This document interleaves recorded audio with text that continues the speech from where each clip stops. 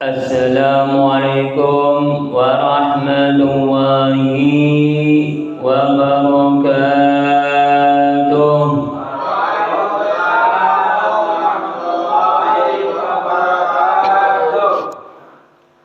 Alhamdulillah, alhamdulillahilladzi wassalatu wassalamun asrofil minal anbiya'i wal mursalin wal awliya'i wassada'i wassalihin.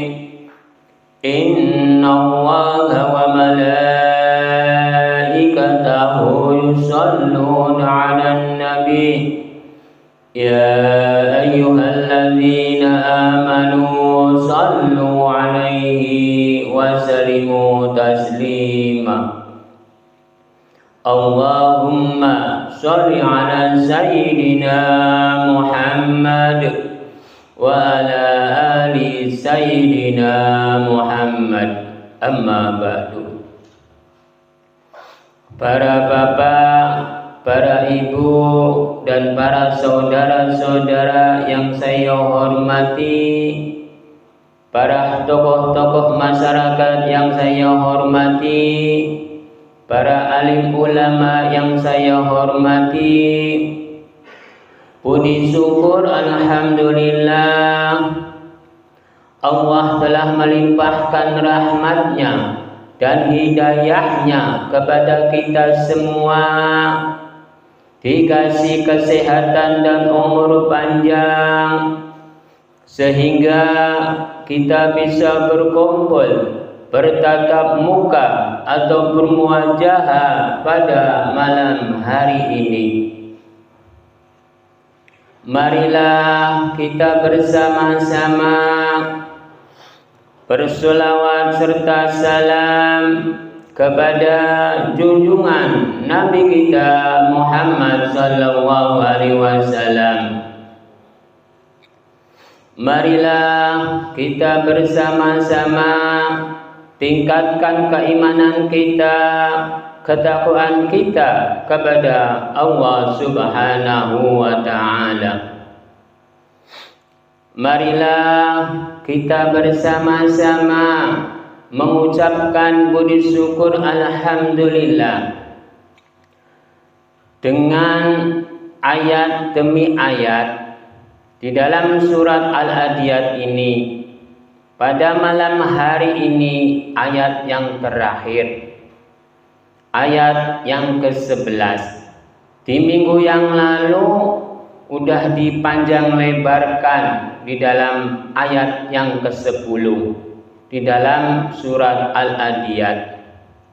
Sekarang dilanjutkan ke ayat yang ke-11 surat Al-Adiyat ini. Ayat yang ke-11 ini surat yang terakhir. Jadi kita semua ini mengucapkan puji syukur alhamdulillah karena sudah menyelesaikan di dalam surat Al-Adiyat ini pada malam hari ini yang berbunyi A'udzu billahi minasy syaithanir rajim. Bismillahirrahmanirrahim.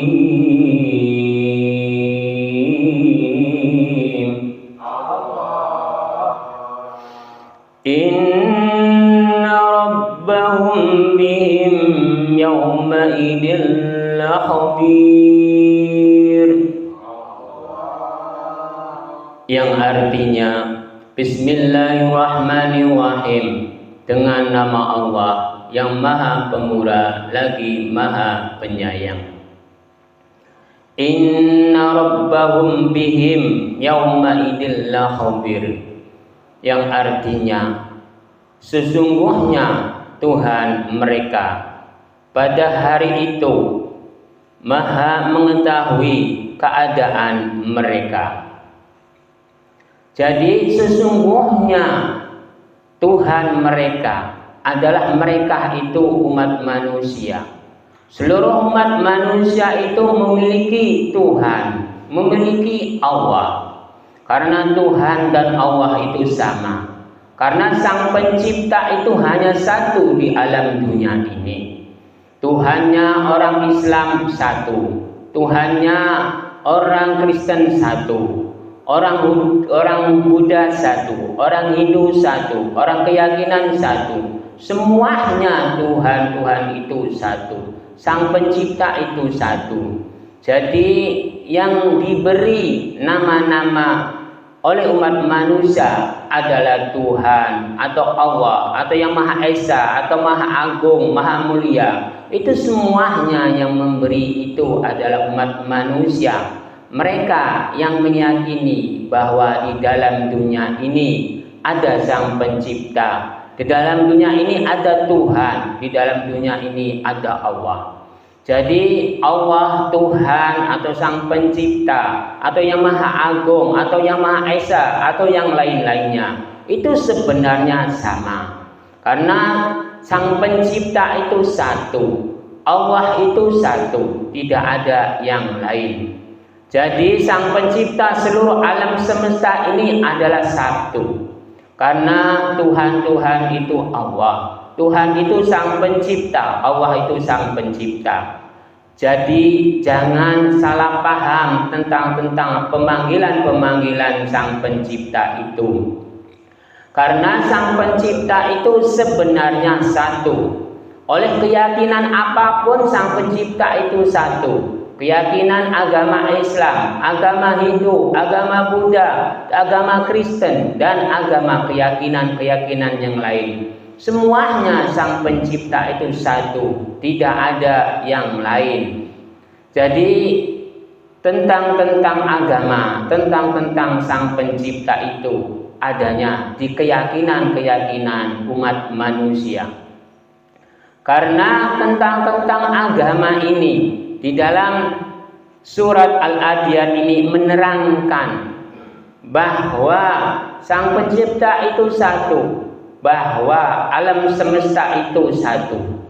Alam semesta itu satu adanya di dalam dunia ini. Alam semesta contohnya alam jin, alam malaikat, dan alam umat manusia, alam satu hewan, alam tumbuh-tumbuhan. Itu aslinya adanya di dalam dunia ini, adanya di dalam alam semesta ini. Cuman ada perbedaan, yaitu ada tirai-tirai, dinding pemisah di dalam dunia ini. Bila umat manusia bisa menembus di alam jin, berarti umat manusia itu tingkatannya melebihi dari rata-rata. Bila sebangsa jinnya bisa keluar dari alam jinnya lalu masuk ke alam umat manusia, berarti sebangsa jinnya itu melebihi dari rata-rata makhluk alam jinnya itu. Jadi itu keduanya itu tergantung kelebihannya, tergantung kemampuannya. Bila umat manusia bisa melihat alam jin, berarti umat manusia itu memiliki kelebihan dari rata-rata umat manusia. Makhluk jinnya bisa masuk ke alam umat manusia, bisa diketahui oleh umat manusia, berarti makhluk jinnya itu melebihi kekuatannya dari rata-rata makhluk jinnya itu. Jadi segala sesuatu alam semesta ini yang mengatur itu adalah Ingustine. Yang mengatur itu adalah Sang Pencipta, yang mengatur itu adalah Gusti Allah. Jadi segala sesuatu alam dunia ini aslinya yang mengatur itu Gusti Allah atau Ingustine atau Sang Pencipta. Lalu dilanjutkan dengan alif jari'i ing badane Gusti Allah tidak berbentuk, tidak berwujud, tapi nama, tidak berwarna. Lalu dilanjutkan dengan nun tasijaberna ing perjalanan ing saking Gustine. Perjalanan ing saking Gustine itu adanya ing rasa.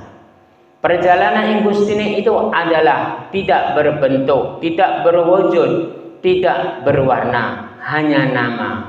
nama adanya, namanya itu adalah ing rasa. Jadi ing perjalanan ing saking Gusti itu adalah ing rasa.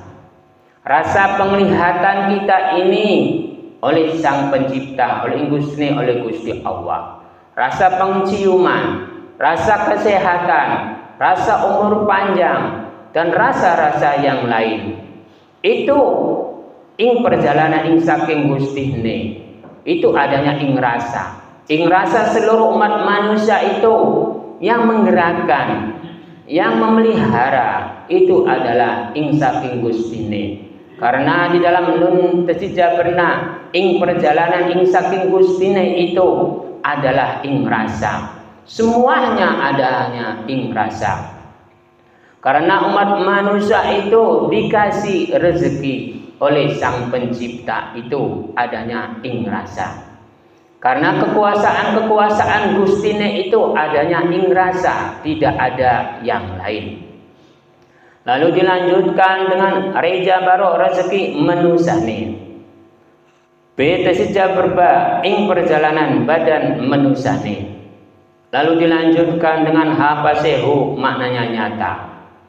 Jadi rezeki menusane ing perjalanan badan menusane itu semuanya udah dinyatakan oleh Sang Pencipta, udah dinyatakan oleh seluruh makhluk-makhluk umat manusia bahwa badan umat manusia itu semuanya yang menggerakkan itu adalah Sang Pencipta melalui roh, melalui hati dan pikiran. Itu semuanya yang menggerakkan badan, yang menggerakkan roh, itu adalah ing saking Gustine. Karena di dalam nudesja pernah ing perjalanan ing saking Gustine, lalu dilanjutkan reja baro rezeki menusane. Jadi manusia itu udah bisa berjalan, berarti umat manusia itu mendapatkan rezeki manusianya, mendapatkan rezeki yang tidak ternilai oleh Sang Pencipta itu. Karena mendapat rezeki-rezeki yang tidak ternilai dari harta benda apapun. Karena perjalanan-perjalanan penglihatan, perjalanan-perjalanan penciuman, perjalanan-perjalanan pendengaran, perjalanan-perjalanan membuang hadas kecil dan hadas besar, perjalanan-perjalanan napas yang normal, itu semuanya di dalam 9 lubang itu adanya ing rasa. Yang menggerakkan itu adalah kekuatan-kekuatan ing saking Gustine di dalam 9 lubang itu. Semuanya 9 lubang itu namanya itu kalau keluar itu semuanya kurang baik semua. Kalau kegunaannya semuanya itu baik semua. Contohnya kalau mau mengeluarkan hadas besar itu namanya kurang baik. Karena kalau bahasa Cirebonnya itu tahi, kalau bahasa nasionalnya itu tidak tahu apa yang dibilang. Karena kalau bahasa nasionalnya ada yang bilang membuang hadas besar, kalau bahasa Cirebonnya itu tahi. Jadi kalau mengeluarkan dari lubang yang ke-9 itu namanya kurang baik semua.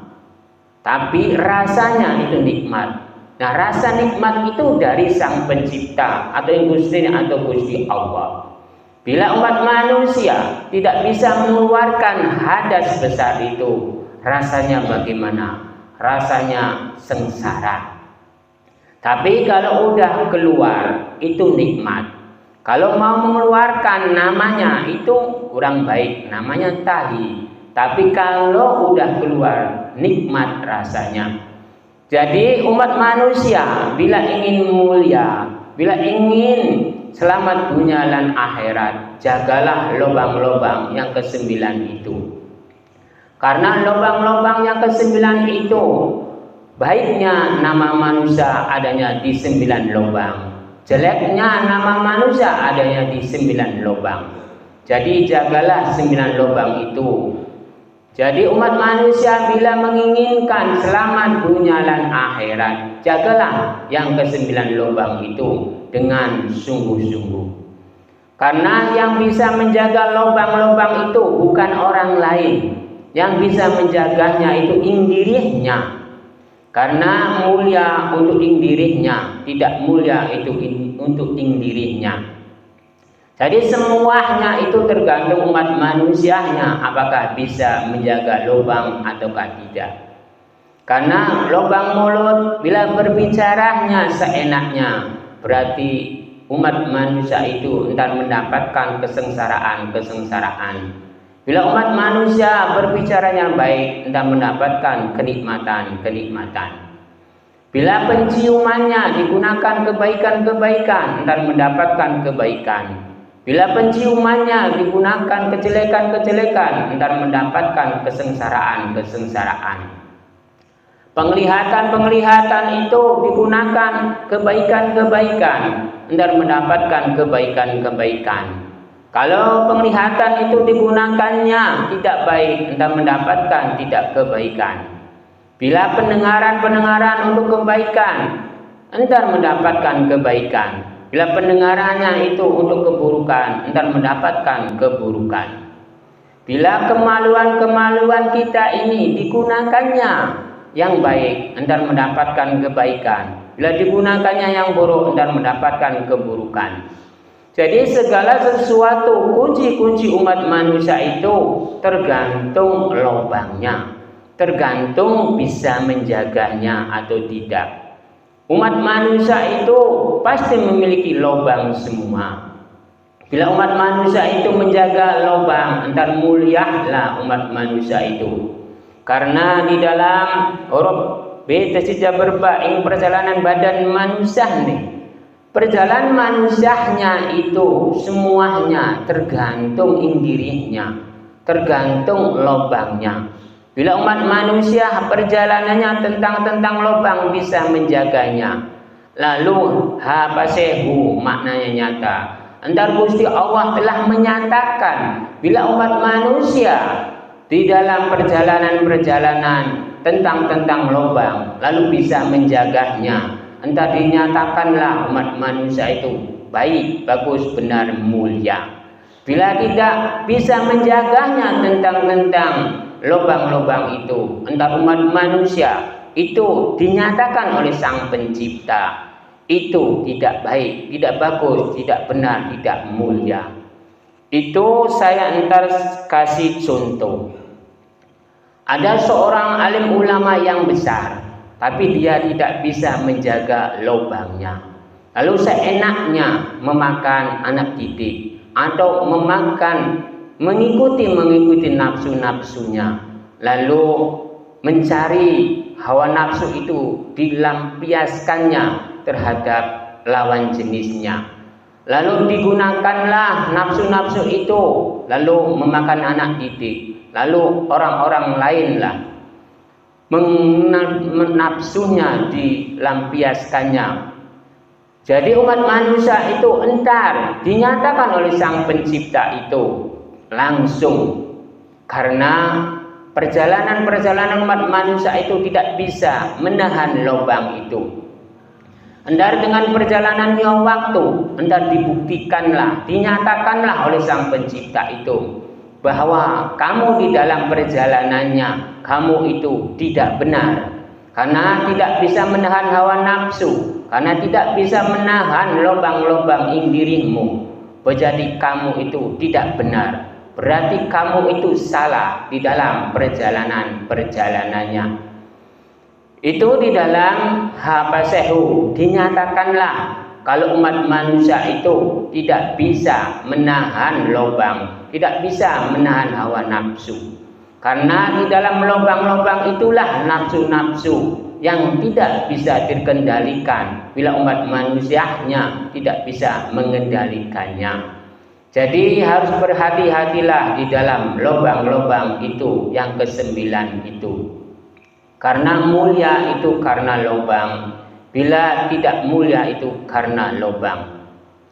Lalu dilanjutkan dengan mim mati Gusti Allah gawe Muhammad. Lalu B jaribi bikinane menusane. Lalu dilanjutkan hajrahi ikatan. Jadi Gusti Allah untuk memenahi seluruh umat manusia itu, Gusti Allah membuat Kanjeng Nabi Muhammad SAW, menciptakan Kanjeng Nabi Muhammad SAW di dalam dunia ini untuk memenahi umat manusia yang ada di dalam dunia ini. Karena perjalanan umat manusia itu, waktu-waktu itu sebelum Kanjeng Nabi Muhammad SAW diciptakan, lalu umat manusia itu mengumbar hawa nafsu, mengumbar maksiat itu di semua tempat. Waktu itu maksiat itu merajalela.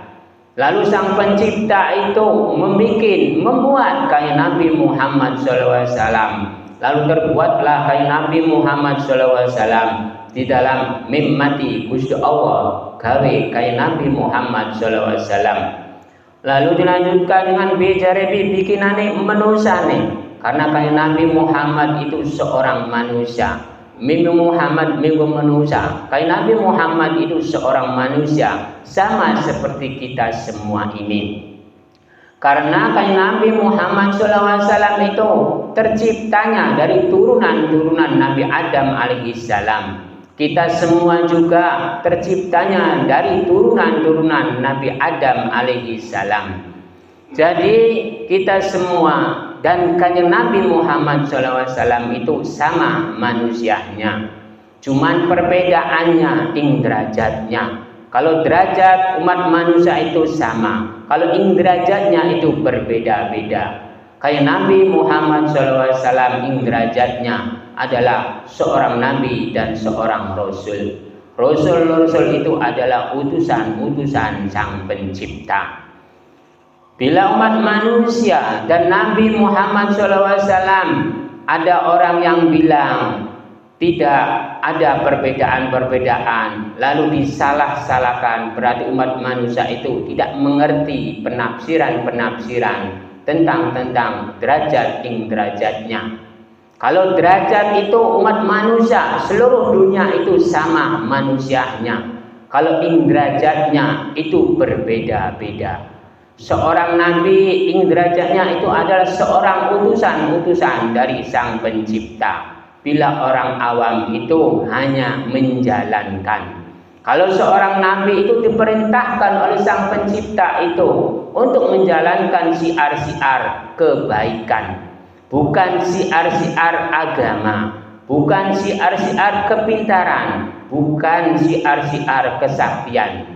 Tapi yang dianjurkan, yang dijalankan oleh seluruh nabi itu siar-siar kebaikan, siar-siar ketentraman, siar-siar kedamaian di dalam perjalanannya.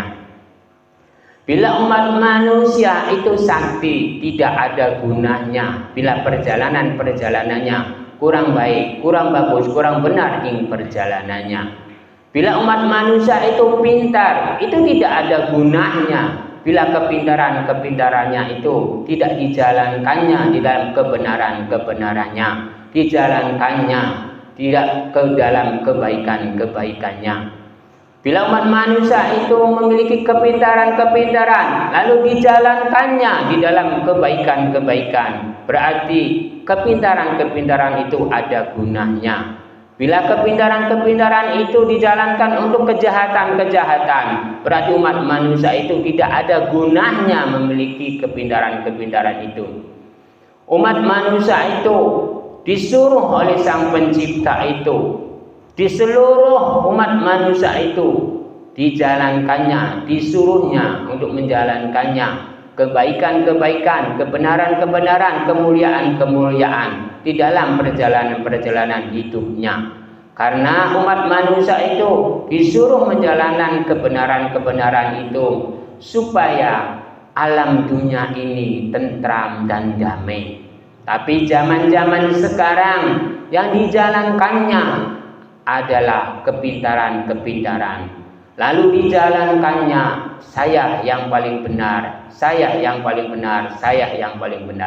Bila umat manusia mengakunya pintar, mengakunya yang paling benar, entar rusaklah alam dunia ini.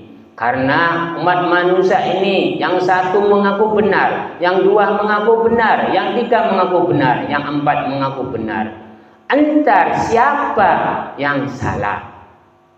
Karena bila umat manusia mengakunya benar semua, entar tidak ada kedamaian-kedamaian. Karena zaman-zaman sekarang yang direbutkan itu adalah kebenaran-kebenarannya dari dirinya, bukan dari Sang Pencipta. Karena kebenaran-kebenaran umat manusia itu semuanya semu semua. Kalau kebenaran-kebenaran Sang Pencipta itu real dan nyata. Karena umat manusia bila mengakunya benar, pasti di dalam isi kebenarannya itu ada nafsu dan keinginannya. Semua umat manusia itu bilanya mengakunya benar, pasti ada nafsu dan keinginan dan tujuan-tujuan yang tertentu. Yang tahu itu indiri umat manusianya, tidak ada yang tahu selain indirinya.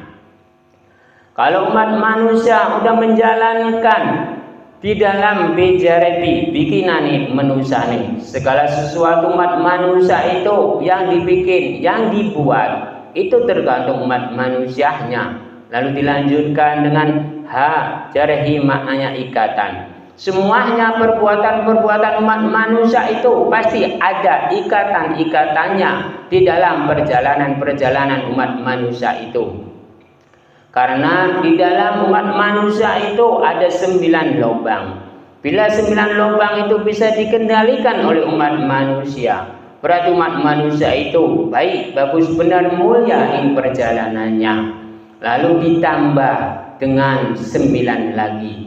Jadi jumlahnya 99. Bila umat manusia sudah menguasai 9 lubang itu, lalu ditambah 9 lagi, berarti 99. 99 itu berarti sifat Gusti Allah atau Sang Pencipta atau ing Gustine. Jadi sifat Gusti Allah, bila umat manusianya memegang sifat Gusti Allah, entah umat manusia itu berarti baik, bagus, benar, mulia ing perjalanannya, karena mengambilnya sifat Gusti Allah. Sifat Gusti Allah yang paling termulia itu adalah welas asih di antara ciptaan-ciptaannya. Seluruh umat manusia yang ada di dalam dunia ini, semuanya dikasihi semua, semuanya disayangi semua di dalam perjalanan-perjalanannya. Karena di dalam nun tasjidja bernaing perjalanan saking gustihne, itu semua umat manusia yang sudah diciptakan di dalam dunia ini, semuanya dikasihi semua, disayangi semua oleh Sang Pencipta itu. Yang memegang keyakinan apapun, semuanya dikasihi semua, disayangi semua. Yang memegangnya keyakinan agama Islam, yang memegang keyakinan agama Kristen, yang memegang keyakinan agama Hindu, yang memegang keyakinan agama Buddha, yang memegang keyakinan-keyakinan, semuanya dikasihi semua, semuanya disayangi semua. Karena Sang Pencipta itu yang mengasihi dan yang menyayangi. Bila umat manusia sudah bisa menjaga 9 lubang itu, karena 1 kali 9 entar 9. Bila umat manusia itu sudah menguasai 9 lubang itu, entar dirinya, badannya, namanya, semuanya menjadi mulia. Bila umat manusia itu tidak bisa menjaga ke-9 lubang itu, entar badannya, namanya itu semuanya jelek. Karena siapa yang bisa menjaga 9 lubang itu, entar jasadnya, entar namanya itu menjadi mulia. Bila tidak bisa menjaga lubang, entar badannya, namanya itu tidak mulia. Lalu 2 kali 9 itu 18. Sang Pencipta itu satu di dalam alam semesta ini. Alam semesta ini berputar. Satunya itu Sang Pencipta, 8-nya itu alam semesta. Kalau alam semesta itu berputar, kalau 8 itu berputar. Jadi alam semesta atau sang pencipta itu. Jadi alam semesta itu yang menciptakan itu adalah Ingustine, adalah Gusti Allah, adalah sang pencipta. Jadi sang pencipta itu satu. Jadi 2 kali 9 itu 18. Jadi satunya sang pencipta, 8-nya itu alam semesta. Lalu 3 kali 9. 3 kali 9 itu 27. 2-nya itu adalah bibit umat manusia. Adanya di dalam dunia ini turunan-turunan seluruh umat manusia yang ada di dalam dunia ini. Asal usulnya dari 2, yaitu Ibu Hawa dan Nabi Adam alaihissalam. Lalu 7-nya itu perputaran hari. Hari itu adanya 7. Jadi umat manusia itu adanya di dalam putaran-putaran alam dunia ini adalah di dalam 7 hari. Tidak ada yang lebih. 7 hari itu terus berputar. Bibit umat manusia itu adanya di dalam putaran-putaran alam dunia ini. Karena Nabi Adam alaihissalam dan Siti Hawa itu hidupnya di dalam putaran-putaran alam dunia ini. Kalau zaman-zaman sekarang putaran hari itu adanya 7. Jadi bibit umat manusia itu adanya di dalam putaran-putaran alam dunia ini. Kalau mengikuti hari-hari itu di dalam putaran-putaran 7 hari.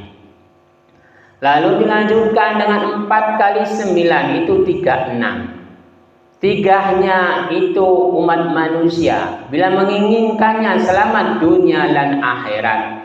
Berarti umat manusia itu harus memiliki iman, harus memiliki takwa, harus memiliki tawakal. Bila umat manusia di dalam dunia ini iman, takwa, tawakal, dipastikan selamat dunia dan akhirat. Karena kita semua ini agamanya Islam. Entar Islam itu terpecah-pecah menjadi 73 golongan. Entar yang diterima itu kang ahli sunnah wal jamaah. Entar yang diterima ahli sunnah wal jamaah itu isinya ahli sunnah wal jamaah itu iman, takwa, tawakal. Bila umat manusia itu iman, takwa, tawakal di dalam perjalanan-perjalanan hidupnya dipastikan selamat dunia dan akhirat. Lalu 6-nya itu rukun iman. Bila umat manusia memiliki iman, pasti memiliki keyakinan, pasti memiliki ketakwaan, pasti memiliki ketawakalan.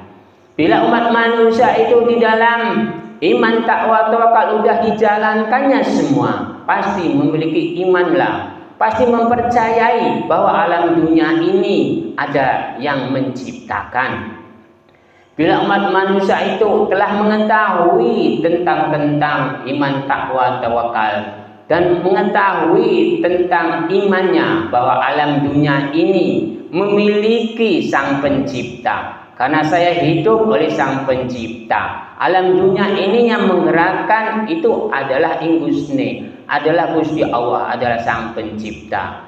Jadi alam semesta ini semuanya yang menggerakkan itu adalah Ingustine, adalah sang pencipta, adalah Gusti Allah.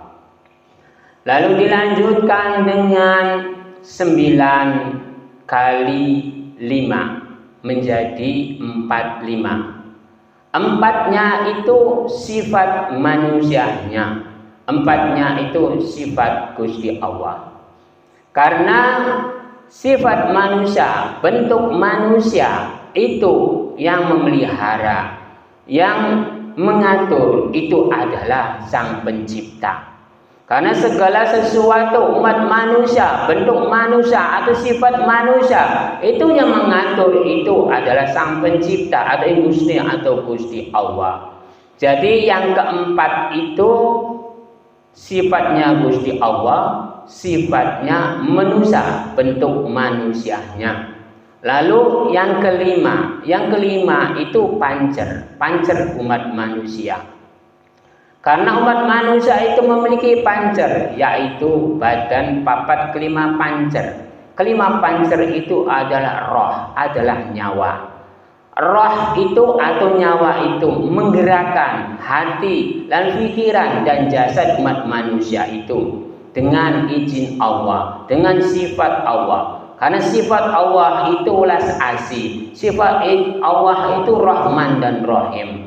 Rahman yang merahmani itu yang membuat dan membentuk makhluk. Rahimi yang mengasihi menyayangi. Gusti Allah telah merahmani, membentuk makhluk namanya manusia, sifat manusia, bentuk manusia. Lalu dilanjutkan dengan gerakan-gerakan. Itu dari pancer itu dari Sang Pencipta. Jadi badan saya, pikiran saya, hati saya, ini yang menggerakkan adalah Sang Pencipta, adalah rohnya. Roh itu dari Sang Pencipta. Roh namanya, kalau yang mengatur hati dan pikiran itu namanya roh idofi. Roh idofi itu adalah nyawa. Yang mengatur diri saya ini adalah nyawa. Mengatur jasad ini adalah nyawa. Yang mengatur hati dan pikiran adalah nyawa. Jadi semuanya diri umat manusia itu yang menggerakkan, yang mengatur segala sesuatu itu adalah nyawa. Kalau di dalam kitab Nurjati namanya roh idofi. Kalau kata bahasa Jawanya adalah nyawa. Lalu dilanjutkan dengan 6 kali 9. 6 kali 9 berarti 54. 5 itu badan papat 5 pancer. Pancer umat manusia itu sudah ditanamkan di dalam jasad kita, di dalam tubuh kita. Berarti saya ini menggerakkannya sudah leluasa. Karena ada roh. Bila umat manusia ada roh, entar bergeraklah umat manusia itu leluasa. Bila umat manusia ditinggalkan roh, itu tidak akan bisa apa-apa. Karena umat manusianya itu udah mati. Bila umat manusianya ditinggalkan roh. Roh itu pancer umat manusia. Bila umat manusia ditinggalkan pancer, entar tidak bisa apa-apa. Lalu 4 itu sifat manusianya, bentuk manusianya. Karena Sang Pencipta itu mengasihi pancer di dalam tubuh kita ini. Lalu tubuh kita ini sifatnya, perjalanannya itu harus mengikuti sifat-sifat Gusti Allah. Bila umat manusianya menginginkannya selamat dunia dan akhirat. Karena di dalam 4 itu sifat manusia dan sifat Gusti Allah. Karena di dalam 4 itu ada sifat Gusti Allah, ada sifat manusia. Kalau sifat Gusti Allah itu yang maha welas asih. Kalau sifat manusia itu adalah nafsu. Karena umat manusia itu terciptanya dari nafsu dan keinginan. Bila Sang Pencipta itu mengasihi, menyayangi seluruh makhluk-makhluk yang diciptakannya. Jadi 54 itu penjabarannya. Lalu 7 kali 9 itu 63. Umat manusia bila memiliki iman, karena umat manusia itu 6 itu rukun iman. Umat manusia itu harus memiliki iman. Bila umat manusia itu tidak memiliki iman, berarti umat manusia itu berarti yang dinamakannya kafir. Yang dinamakan kafir itu umat manusia yang tidak memiliki iman. Karena iman itu maknanya meyakini bahwa di dalam dunia ini ada Sang Pencipta, bahwa di dalam dunia ini ada yang mengatur. Bila umat manusia itu telah mengimani, meyakini di dalam dunia ini, lalu iman takwa tawakal dipegang, berarti umat manusia itu entar selamat dunia dan akhirat. Bila umat manusia itu tidak mengimani, tidak meyakini, lalu tidak menjalankan iman, takwa, tawakal, entar umat manusia itu entar sengsaralah di dalam perjalanan hidupnya, entar di dalam perjalanan entar besok. Karena kunci umat manusia itu adanya di dalam dunia. Lalu dilanjutkan dengan 8 kali 9. 8 kali 9 itu berarti 9 kali 4 36. 362 berarti 72. Berarti 72. Umat manusia itu di dalam perjalanan di dalam hidupnya, di dalam 7 hari itu. Bila umat manusia tidak bisa menghormati kedua orang tuanya, berarti umat manusia itu entar sengsaralah. Karena ridho orang tua, ridhonya Gusti Allah. Murka orang tua adalah murkanya Gusti Allah. Jadi segala sesuatu umat manusia itu di dalam 7 hari itu harus memegangnya itu terhadap kedua orang tua. Karena kedua orang tua itu yang melahirkan. Karena kedua orang tua itu yang mendidik. Karena surga itu kalau kata bahasa kitab di dalam Al-Quran itu adalah di telapak kaki ibu. Karena yang melahirkan itu ibu. Karena di dalam melahirkan itu perjuangannya yang ditaruhkannya adalah nyawa. Bila tidak diselamatkan, entar matilah keduanya. Bila perjuangnya dengan keikhlasan lalu dijabai oleh Sang Pencipta, selamatlah. Jadi semuanya perjuangan kedua orang tua kita ini tidak ada batasnya, kasih sayangnya tidak ada batasnya. Jadi di dalam perjalanan di dalam 7 hari itu berbaktilah terhadap kedua orang tuanya. Karena ridho orang tua, ridhonya Gusti Allah. Murkanya orang tua, murkanya Gusti Allah. Lalu dilanjutkan dengan 9 kali 9. 9 kali 9 itu 81. 81 itu 8-nya itu alam semesta. Lalu 1-nya itu Sang Pencipta. Alam semesta ini diciptakan oleh Sang Pencipta. Lalu seluruh makhluk-makhluk yang ada di dalam dunia ini semuanya yang menciptakan itu adalah Sang Pencipta. Karena alam yang luas, alam semesta ini bila tidak ada penghuninya itu tidak ada gunanya.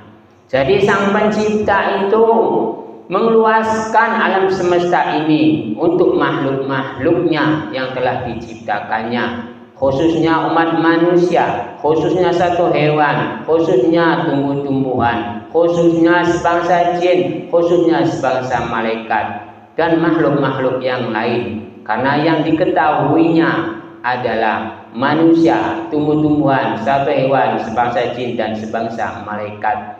Makhluk-makhluk yang lainnya tidak tahu.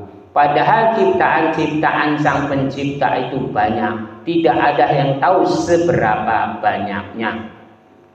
Jadi kita semua ini telah membahas di dalam 9 lubang. Semuanya nilai-nilai yang tertinggi itu adalah 9. Bisa mulia karena 9, bisa tidak mulia karena 9. Bila umat manusia bisa menjaganya angka 9 ini, karena 9 ini adalah di diri kita ini, di dalam 9 lubang ini. Bila umat manusia bisa menjaga 9 lubang ini, entar mulianya umat manusia ini. Bila tidak bisa menjaga, entar tidak mulianya alam umat manusia ini yang ada di perjalanan-perjalanan di dalam dunia ini. Jadi angka 9 ditambah 9 itu, yang 9 pertamanya itu indiri umat manusia, lalu ditambah 9 menjadi 99, berarti sifatnya Gusti Allah, lalu digenapi menjadi 100, itu Gusti Allahnya. Lalu digenapi satu lagi itu ing diri umat manusianya. Karena ing diri manusianya yang memiliki lubang itu badan manusianya, bukan badan Gusti Allah. Bila yang memiliki sifat 99 itu bukan umat manusia, yang memiliki itu adalah Sang Pencipta, ada Gustinya, ada Gusti Allah.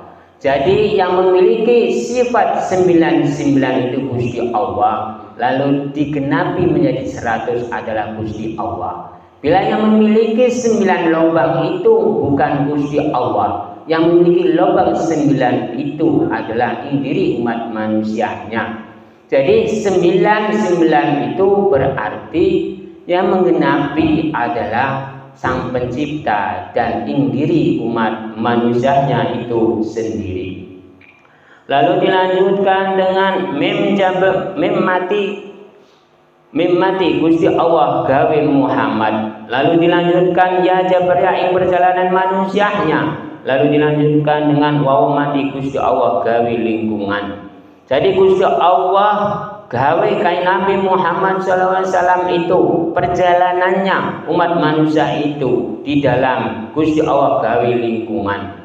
Jadi Gusti Allah membuat lingkungan itu untuk kajian Nabi Muhammad SAW di dalam dunia ini, untuk menenteramkan, untuk melestarikan kedamaian di dalam dunia ini. Jadi umat manusia itu semuanya bila dalam waktu perjalanan kajian Nabi Muhammad SAW itu untuk menenteramkan, untuk menjalankan siar-siar kebaikan.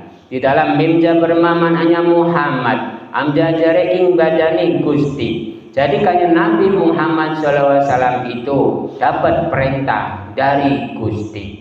Semuanya, seluruh Nabi itu semuanya mendapatkan perintah dari Gusti. Kajian Nabi Muhammad SAW mendapatkan perintah untuk menjalankan siar-siar kebaikan di dalam dunia ini. Itu dari Gusti. Karena di dalam daltangwan jareden ing dalam pedomani menusane, dalam pedoman menusane. Pedoman menusane itu adalah ing saking Gustine, yaitu Gusti Allah. Jadi siapapun yang memedomi bahwa Sang Pencipta itu ada, bahwa ing Gusti itu ada, bahwa Gusti Allah itu ada, bahwa umat manusia meyakini setemen-temennya bahwa di dalam dunia ini yang mengatur adalah ing saking Gustine. Bila umat manusia itu di dalam daltangwan jareden ing dalam pedomane menusane, ing dalam pedoman menusane, umat manusia itu memedomi bahwa Sang Pencipta itu ada di dalam dunia ini. Lalu dilanjutkan dengan lam tijaberla ing perjalanan jalan. Lalu dilanjutkan dengan khol jaberho ing manusianya. Lalu dilanjutkan dengan bejarebi bikinan manusane. Segala sesuatu umat manusia itu, bikinan manusianya itu pasti ada ing perjalanannya. Karena ing diri umat manusia itu pasti ada perjalanannya membikinnya.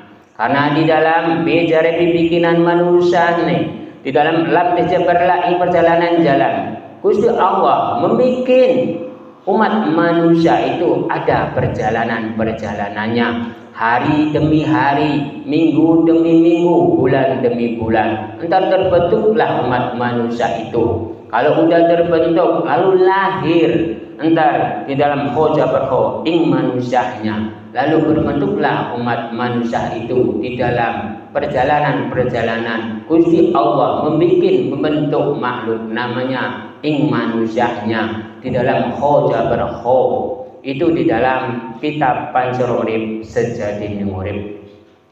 Lalu dilanjutkan dengan ya mati Gusti Allah gawe alam maksar. Lalu dilanjutkan dengan retangwan pasirun ing atase rezeki menusane, Jadi Gusti Allah membuat alam maksar itu untuk umat manusia, untuk perkumpulan-perkumpulan umat manusia itu semuanya entar dikumpulkan di alam mahsyar itu. Karena siapa yang mendapatkan rezeki entar tentramlah di dalam perjalanan-perjalanan menuju alam mahsyar itu yang udah dibuat. Karena alam mahsyar itu untuk umat manusianya. Karena seluruh makhluk namanya manusia itu entar dikumpulkannya di alam mahsyar itu. Titel apapun semuanya berkumpul. Titelnya nabi, titelnya sahabat, titelnya para aulia, titelnya para wali, titelnya para imam, titelnya para alim ulama, titelnya para kiai, titelnya para ustadz dan orang awam. Semuanya berkumpul di alam mahsyar itu. Karena di dalam alam mahsyar itu tergantung ing rezekine manusane, tergantung ing rezekine manusane. Karena di dalam perjalanan kalau udah dikumpulkan di alam mahsyar itu penentuan umat manusia itu. Entah di dalam perjalanan alam pertimbangan itu semuanya penentuan umat manusia itu adanya di situ. Karena uripnya umat manusia itu yang mengatur, yang mematikan itu adalah Gusti Allah atau Sang Pencipta adalah Gustine. Semuanya yang mengatur, semuanya itu adalah Gustine, adalah Gusti Allah, adalah Sang Pencipta. Mengatur hidup dan mengatur mati, mengatur nikmat dan mengatur sengsara, mengatur bahagia dan mengatur tidak bahagia. Semuanya yang mengatur itu adalah Gustine, adalah Gusti Allah, adalah Sang Pencipta. Urip manusia itu tergantung umat manusianya. Bila umat manusianya perjalanan dirinya di dalam dunia ini antara umat manusia itu hidupnya bahagia, itu yang dibuat oleh umat manusia. Gusti Allah itu hanya membentuk makhluk namanya manusia. Jadi hidup umat manusia itu tergantung umat manusianya. Karena Gusti Allah adalah hanya mengatur hidup dan matinya. Kalau hidup umat manusia itu yang mengatur dirinya. Contohnya kalau orang melahirkan lalu udah lahir, itu yang mengurus itu siapa? Kedua orang tua atau Gusti Allah. Yang mengurus itu kedua orang tuanya.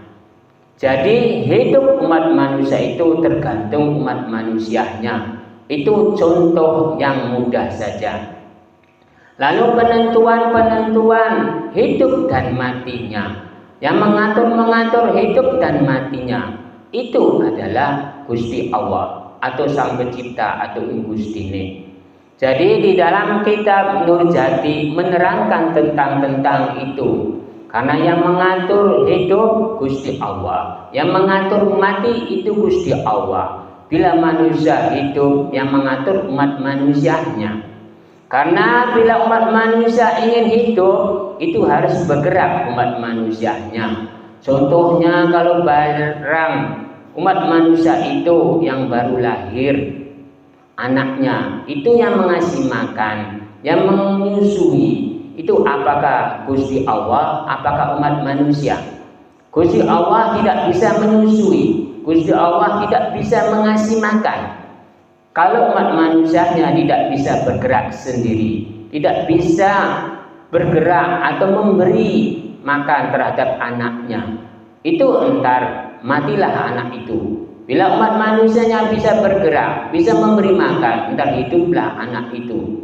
Tapi kunci-kunci yang utama itu yang mengatur adalah Gusti Allah. Mengatur hidup dan mati itu Gusti Allah, tidak ada yang lain. Cukup sekian saja pengawasan pada malam hari ini.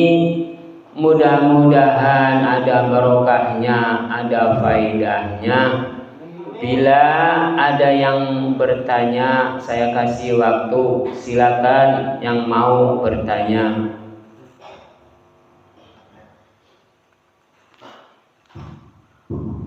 Bismillahirrahmanirrahim. Assalamualaikum warahmatullahi wabarakatuh. Waalaikumsalam warahmatullahi wabarakatuh.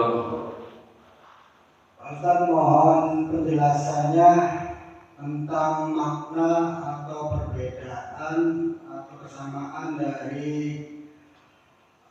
pancar, terus roh, terus nyawa, terus jiwa dan sukma.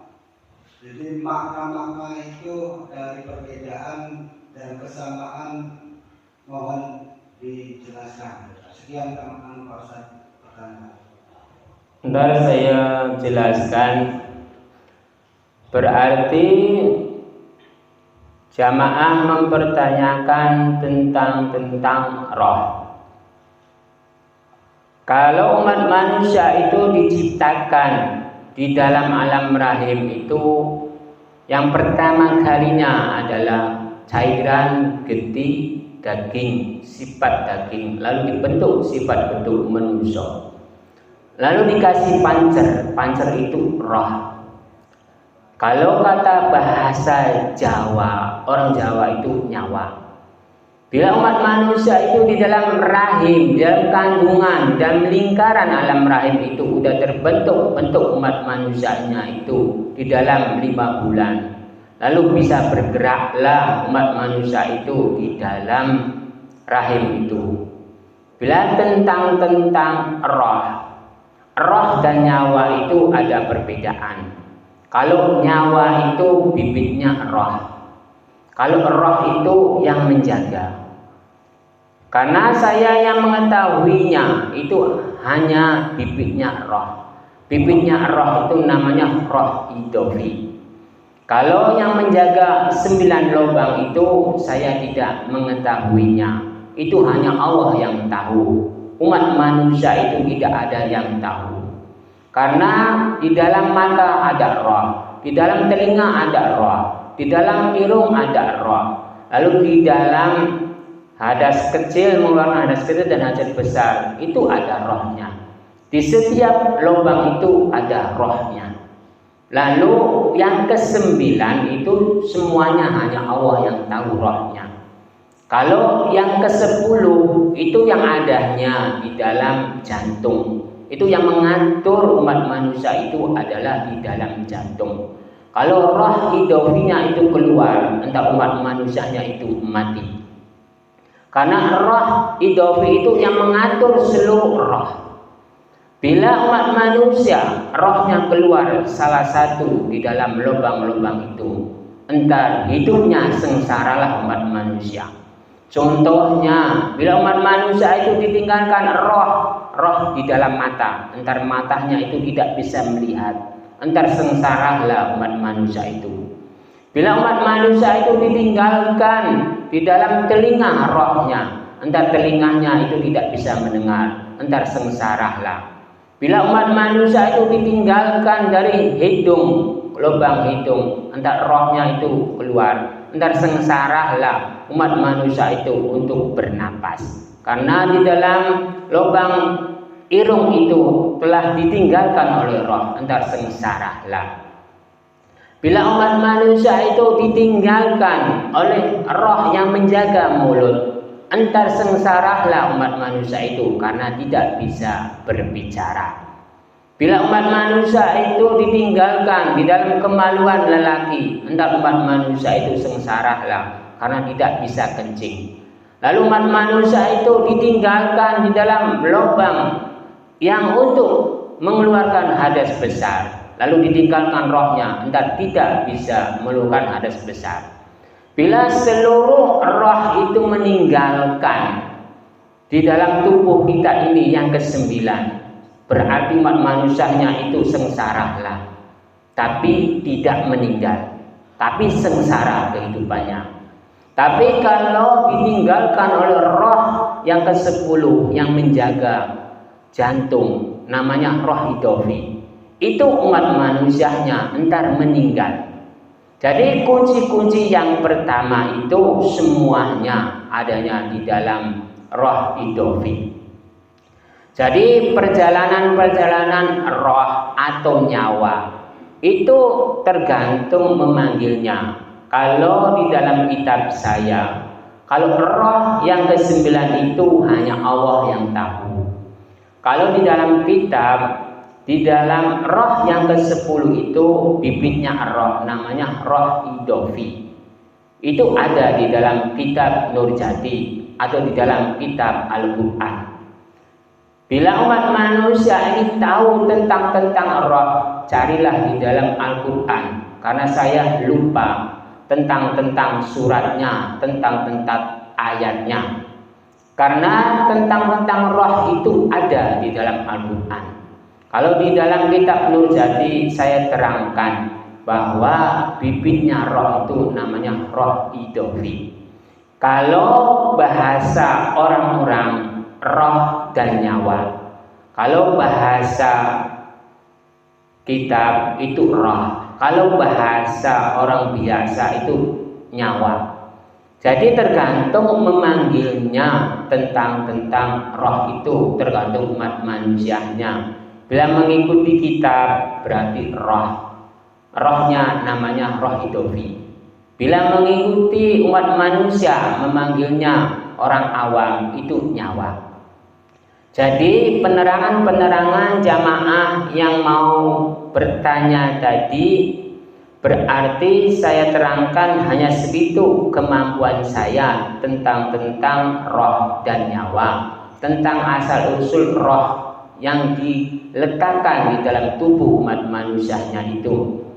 Kalau di dalam kitab Pancarurip Sejadin Urip, roh itu ditempelkannya di dalam 4 bulan atau 5 jalan, ditempelkannya pancer itu. Lalu 9 lubang itu diterapkan semua adanya roh. Lalu bergeraklah di dalam kandungan itu atau di dalam lingkaran kandungan itu.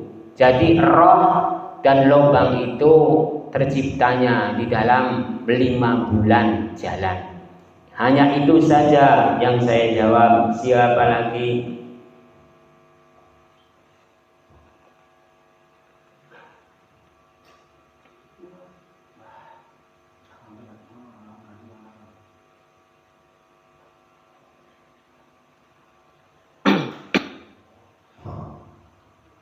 Assalamualaikum warahmatullahi wabarakatuh. Waalaikumsalam warahmatullahi wabarakatuh.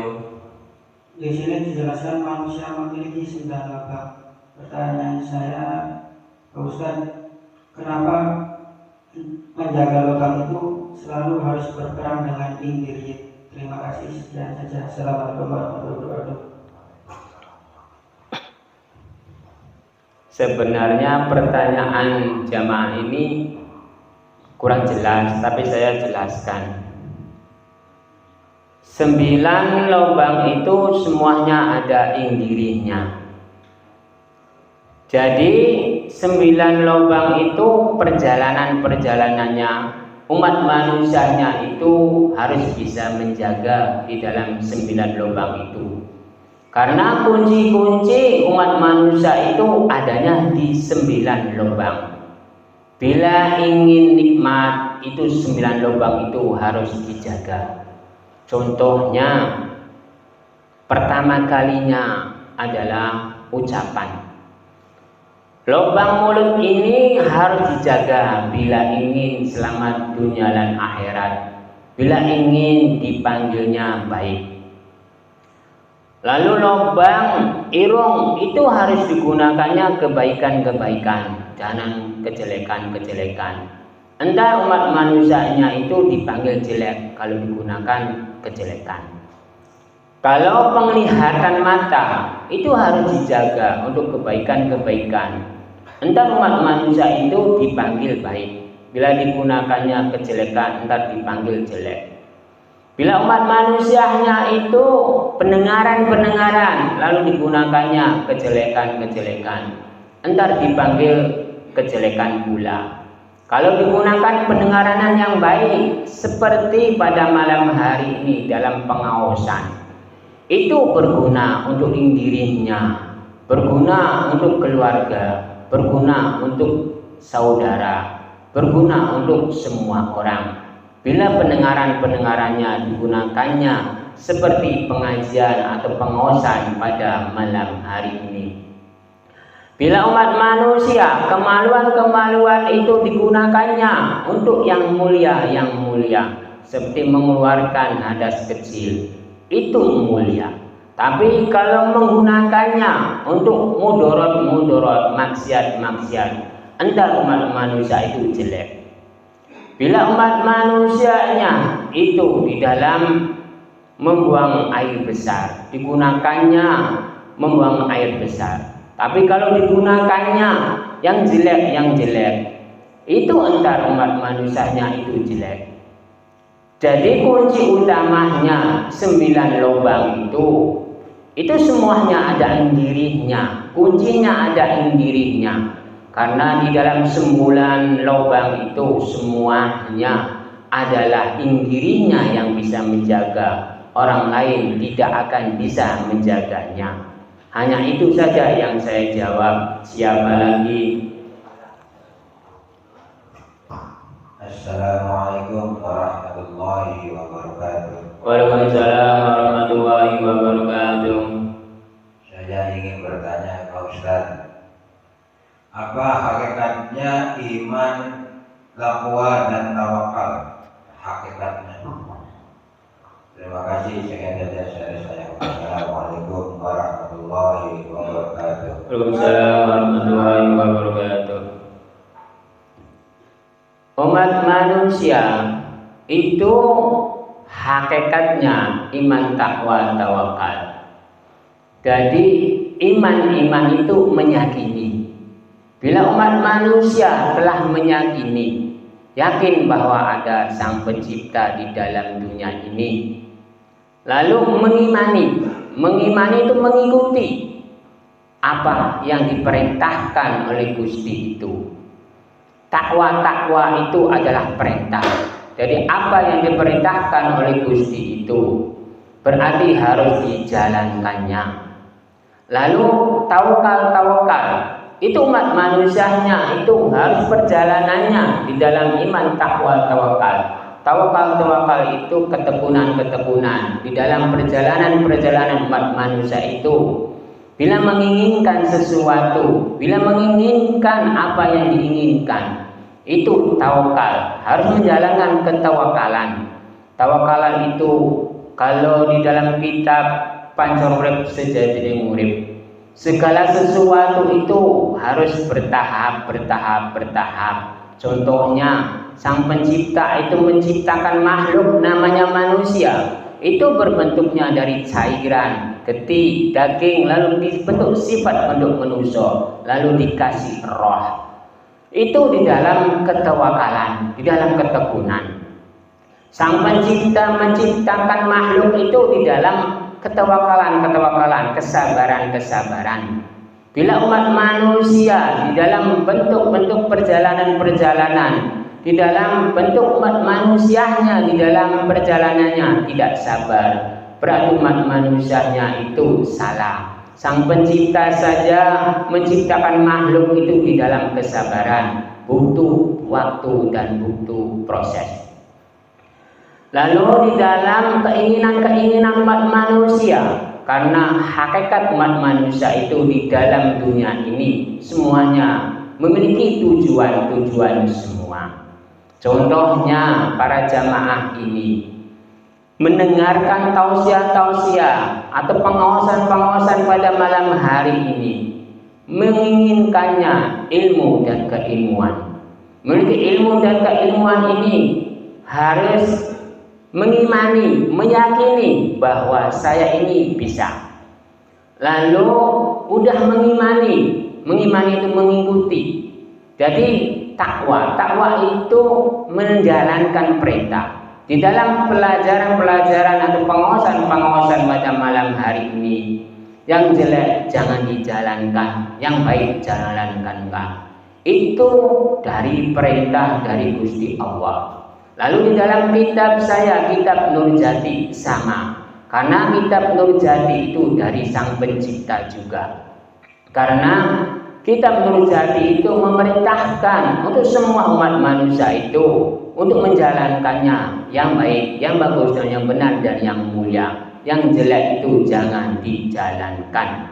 Tawakal itu ketekunan umat manusia dijalankannya. Karena di dalam kitab Nur Jati itu la'allakum tattaqun, ing perjalanan tujuan isun tattaqun kalau tekun saking Gusti Allah. Tadi perjalanan umat manusia itu harus melalui Gusti Allah bila menginginkannya selamat dunia dan akhirat. Jadi hanya itu saja yang saya jawab. Siapa lagi?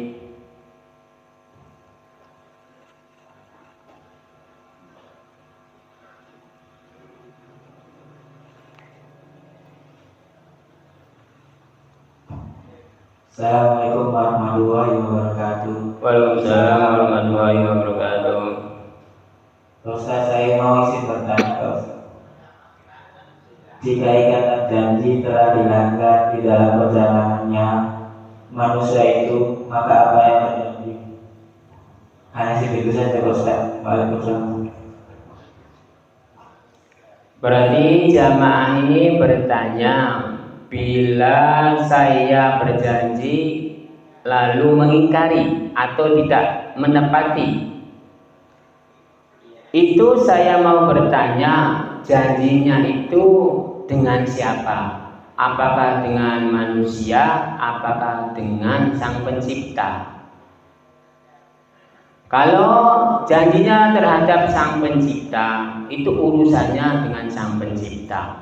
Kalau janjinya terhadap umat manusia, entar jamaah ini harus minta maaf terhadap umat manusia. Hanya itu yang saya jawab. Siapa lagi?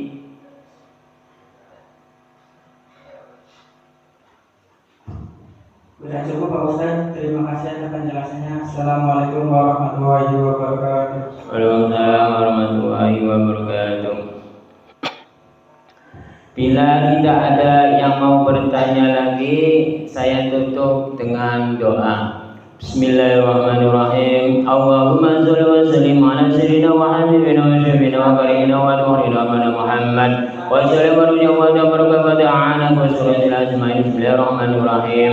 Alhamdulillahi rabbil alamin hamdan kama jalla wa rasuluhu dalik. Allahumma shalli wa sallim wa barik ala sayyidina Muhammad sallallahu alaihi wa jami'il ahwal wal afat wa tarkuna bi jami'il hajat wa tarkuna bi jami'il syaat wa tarkuna bi darajat wa tibana suluku fil hayat. Allahumma inni as'aluka mujibatu rahmatika fil ghanimah min kulli fajr jannati wa nazarul hisab wa khususan para jamaah wa umrina wa salamati berarti bersekilah wa umrina wa salamati berarti bersekilah wa umrina wa salamati berarti bersekilah wa umrina wa salamati berarti bersekilah wa sallallahu ala sayyidina Muhammad wa ala alihi wa sallam. Subhana rabbika rabbil izzati amma yasifun wa salamun ala mursalin min al-Fatihah. A'udzu billahi minasy syaithanir rajim. Bismillahirrahmanirrahim. Alhamdulillahi rabbil alamin arrahmanir rahim maliki yaumiddin. Iyyaka na'budu wa iyyaka nasta'in ihdinas siratal mustaqim siratal ladzina an'amta 'alaihim ghairil maghdubi 'alaihim waladdallin. Wassalamu alaikum warahmatullahi wabarakatuh.